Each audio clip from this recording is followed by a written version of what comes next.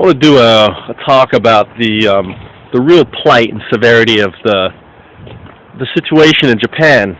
And I love Japan, and with the good there's the bad.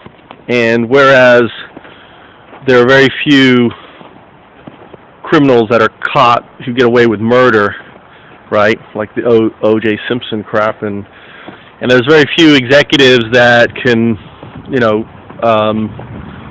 cause millions or billions of damage like Enron and get away with it. In Japan, if that was a CEO, he probably would have committed suicide out of the disgrace.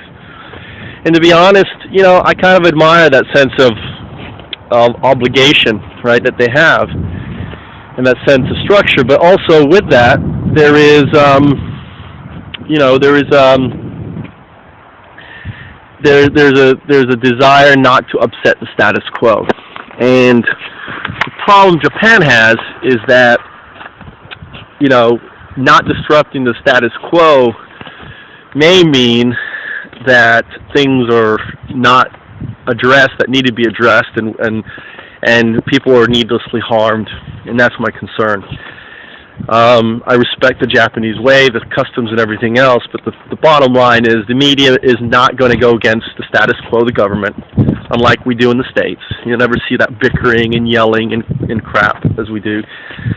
And ultimately, all this hype and stuff going on with the nuclear reactor is compounding things, because now all of a sudden you've got populations you got to relocate and dislocate, and you're dealing with already staggering amounts. It compounds it. And I'm near Kyoto, actually a little north. West of Kyoto, actually northeast of Kyoto on the shore. And if it's cold here, and it's bloody cold here, I hate to think what it's like north of Tokyo in the northeastern part of Japan, where these poor people are huddled up in basically community centers and in kominkans, as they're called, in schools and stuff like that.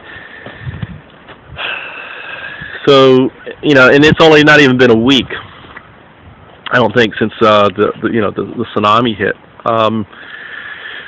So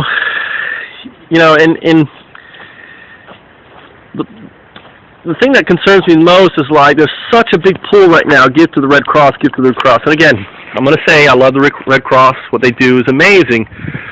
But the problem is too big for them, right?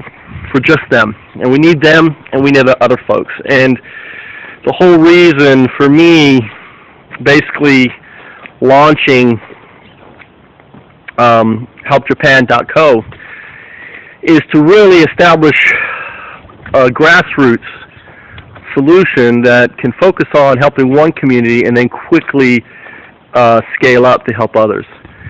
And we're not nonprofit, because ultimately what we want to do is find avenues for helping, and in the process of helping, making a buck, and in the process of making a buck, reinvesting that buck, and so on, so we can, basically not rely on the goodwill of people, but we can actually escalate and, based on solving a problem that needs to be solved.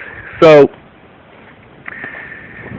I hope, I spent pretty much, I haven't got a lot of sleep, but I've spent a lot of time doing the SEO stuff, getting up, Help Japan group, and Help Japan LinkedIn group, and all this other stuff, and talking to London about lifesaver systems, and working out a deal with them that we can basically broker and sell their units in Japan. I'm looking, do even more with them. So I'm concerned, and I'm a very optimistic guy. And what I'm telling people, you don't put all your money in one investment, right? You don't put all your money in one stock.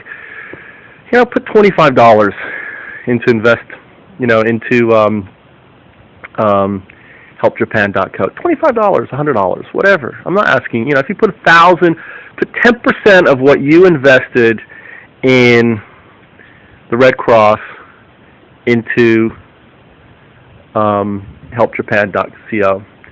Just 10%. Whatever you invest. If you invest in USAID, put 10%. Just 10% is all I ask.